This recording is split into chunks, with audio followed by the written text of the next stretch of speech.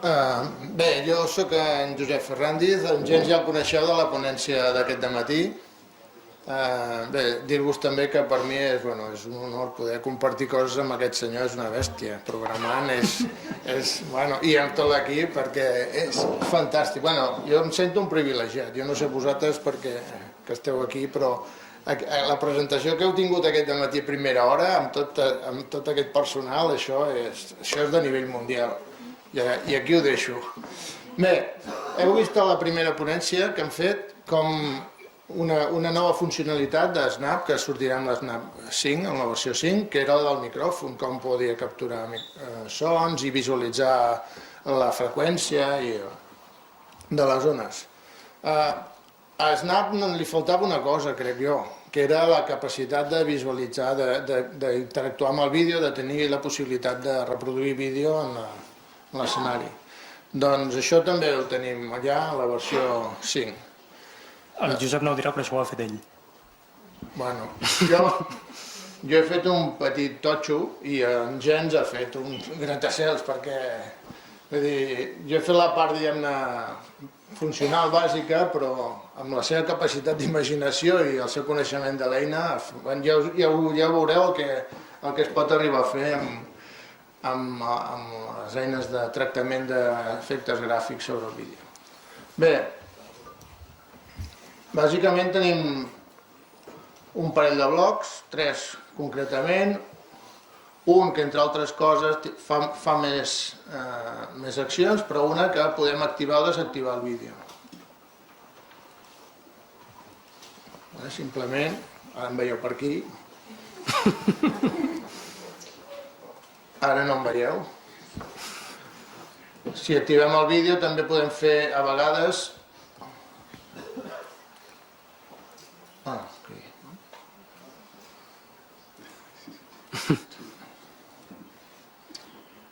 Ara està en una orientació, però podem fer que inverteixi horitzontalment la imatge, perquè a vegades ens interessa més tenir-ho al revés. Al revés.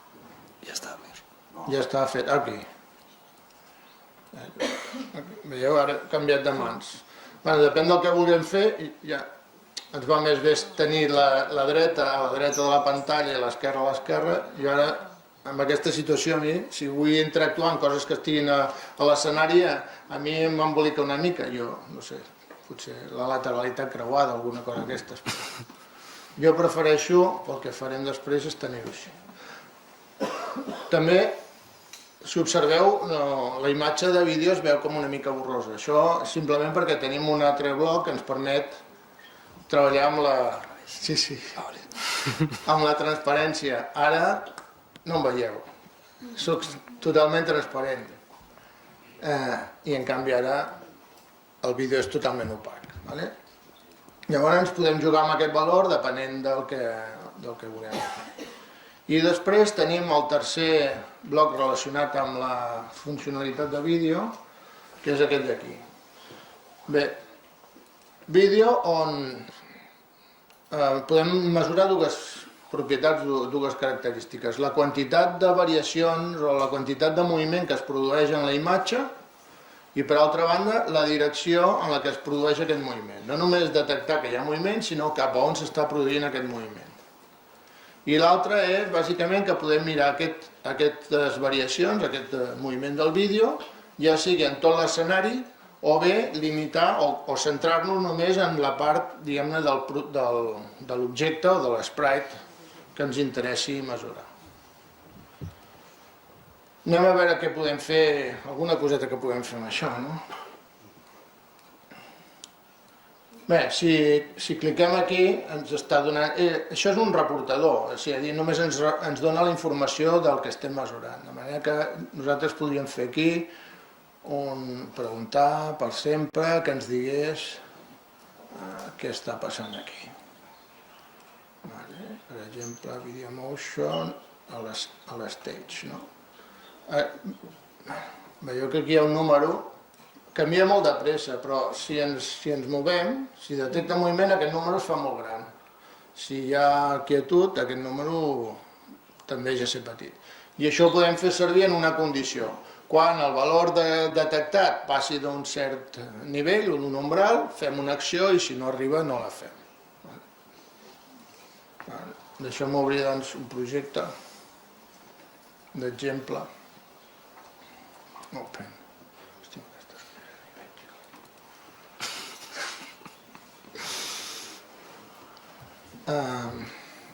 Bé, he creat 4 sprites aquí, 4 quadrats de colors i una rodoneta.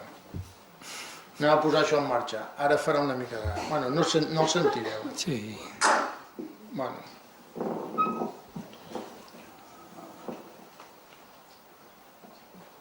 I ara jo interactuaré amb el moviment amb aquests elements que hi ha aquí. Heu vist? Quan toco el quadrat blau, només quan el toco, quan estic movent per aquí, no. Ara amb el cap estic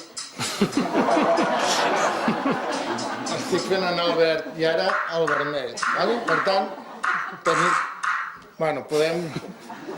tenim interacció a través del vídeo amb la...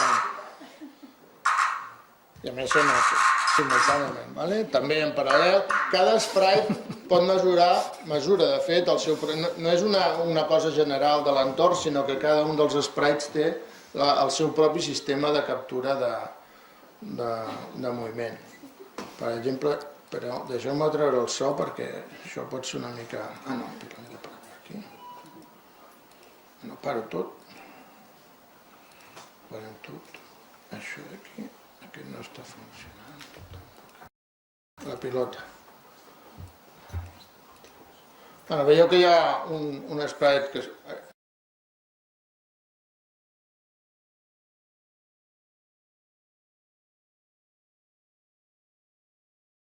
La puc moure amb un...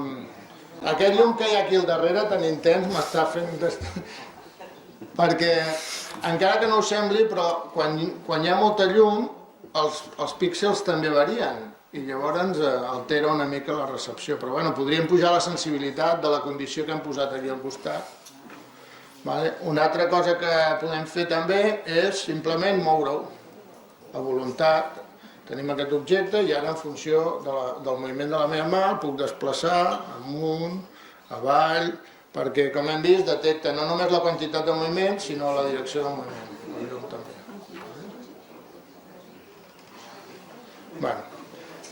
Això són les funcionalitats bàsiques. I ara en Gens us ensenyarà què es pot fer amb el vídeo, els efectes gràfics, la combinació de la imatge de l'esprite i la captura del vídeo. Us deixo amb en Gens.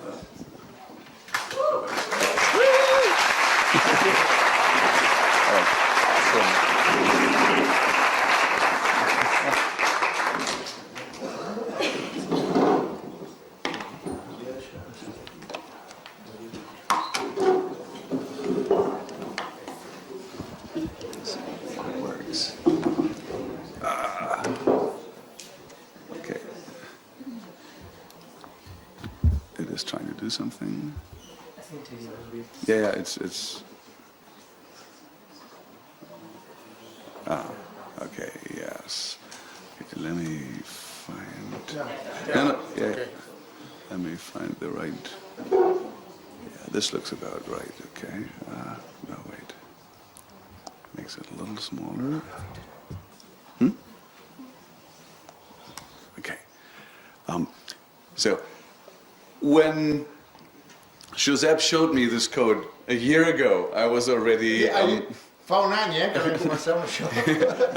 I already liked it, and then we didn't get around to integrating it because there were other things to do, and this year he showed it again. Do you remember what they said? Let me, 1 week, next week. Yeah, 1 week, right, yes. 1 week, you're right, so it's going to be all done next week. It's really... Yeah. So this year we were just about ready with the new release of Snap 5, and there wasn't anything else to do except to test it, and we said now's the right time to integrate it. And we were thinking how to integrate this feature. I mean, this is the motion detection and the direction detection, but in the new Snap we want to make media explainable. We want to not just, play with the sprites, but kind of drill to the bottom of it to get an understanding how, kind of what's behind media. Media competency is something that we feel strong about. So we thought, if we have that picture, we should be able to get a snapshot of the camera so we can use it in Snap. And so Bernard, Josep and I were discussing kind of what to do. So when the video is on, let me see whether it works. What it would mean, let me draw a costume. I always draw the same kind of sprite. Okay. I practiced that. It's noticed it. So here's a sprite, and now we thought about, okay, here we have this video reporter, and you've seen motion and direction, but we also have a snap, and a snap is basically take a picture. So what should that mean? When I get a snap on the stage, and I click on it, I get a picture. And that is something that we're getting a costume back. Costumes are something that are first class in Snap. So we can use it and we can assign it to a variable and we can find out things about it. So we thought, well, what does it mean if you get a picture of the sprite? What should we get now?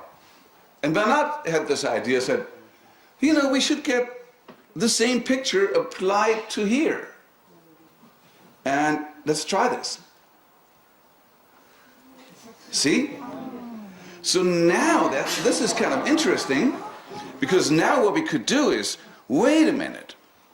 In the new Snap, we can switch to a costume, and it can be, any costume. So let's switch to this. Okay? So now I have a sprite with my face on, okay? And this is kind of cool, because now, look what we can do. This is just a regular sprite. We can move it for 2, and we can say if on edge it should bounce. I'm going to do this forever, and we can kind of turn it a little bit. Let's make it so it doesn't rotate. Oops, something like this. But now this is, this is a one-time snap. What if we had another forever loop around here? What would happen? And this was kind of amazing. So now what we have is a constant motion video on a sprite. And that we can do this so fast kind of made us think what else we could do with this. So let's try something else. I'm going to throw this away and just be on the stage. Turn the video back on. And always do the same thing, kind of let the stage switch to this costume.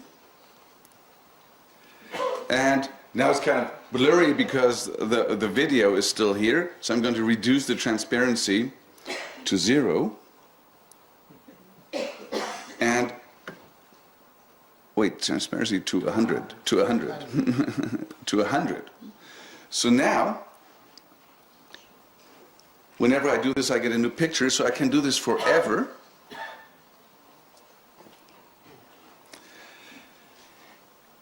And here comes the thing we just noticed when we kind of make this. In Snap we have these effects. So here we can take, for example, the whirl effect and set it to 200. And now I'm kind of having something interesting. I can do my own kind of mirror that is kind of changing my experience. And I only have to set this once. And this kind of lends itself to interesting things. As also Bernard kind of found out later, we can set the video direction. And we can always set it. And now, as I'm going this way, it's going like this, and it's changing the effect depending on the video, because it's also sensing where I'm going. So this kind of opens up new ways to think about what we can do. But you know, when we're talking about data, when we're talking about media, something we're really interested in is not just using these built-in graphic effects, but finding out and teaching how we can do our own graphic effects. Like, what is it that makes up a picture? So I'm going to make a new sprite, put it in the center, and draw a costume. And it's going to be just a rectangle that's slightly smaller than the stage. I'm going to grow it so it fills the stage, something like this. And I'm going to do the same sensing again. I can get a video snap of myself, and it's a costume. And in the new version of Snap, we have built in kind of some libraries that we had to import. One library that we have built in is, one block is that we can get certain aspects of costumes. So we can get the width of a costume, but we also can get the pixels of the costume, much as we can get the samples of a microphone buffer. So now if I click on here, I'm getting, data. This is 61,000 rows of pixels. Each row has 4 columns. These are the red, green, blue, and transparency values. And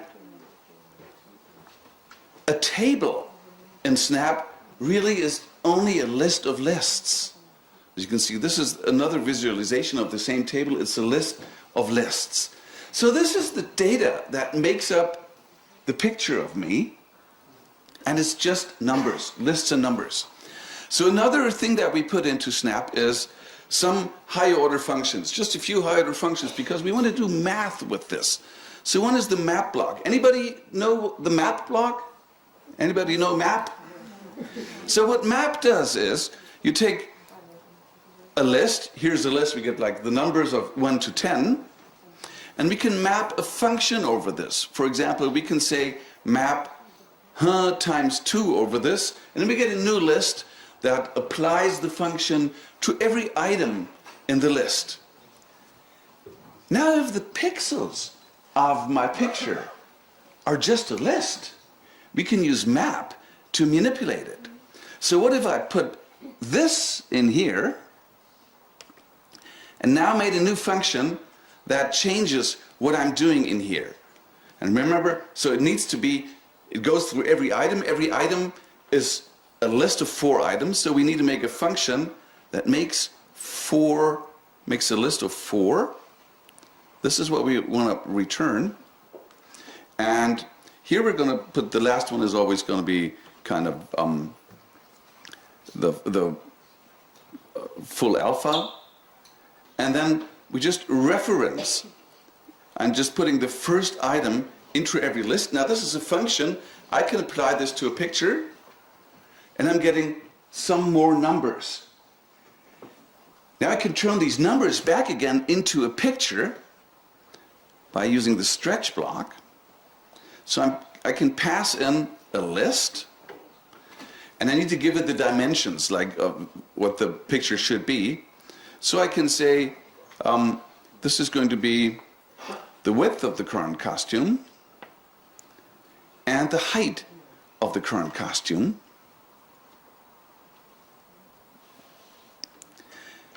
And now I should be getting back a new picture. Let's try it. It's going through all of these 61,000 rows, but it's doing it pretty quickly. So let's switch to that costume and see what happens. We're getting a grayscale picture.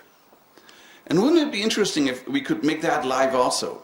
So I'm putting a forever loop around this, and this, you know, it's kind of a little slow because what it does, this is big data. It's doing at every frame, it is going through 61,000 pixels of 4 items and manipulating them by any function. So what we also put in is something where you can compile this to make it faster. So even as it's running, I'm compiling it, and look at this. Now it's smooth. And even as, now we can experiment with this and can say, okay, this is a function. What if I change some things? So I'm saying, okay, I can have a color effect, my own color effect by just changing one value. I can take this out and maybe say, okay, where red was, I want to have, for example, a function that gives me 255 minus whatever is in there. So this would be kind of an inverse. And let me fill this in there. And I'm kind of getting this diabolic effect. Okay, thank you. That's all what I wanted to show you.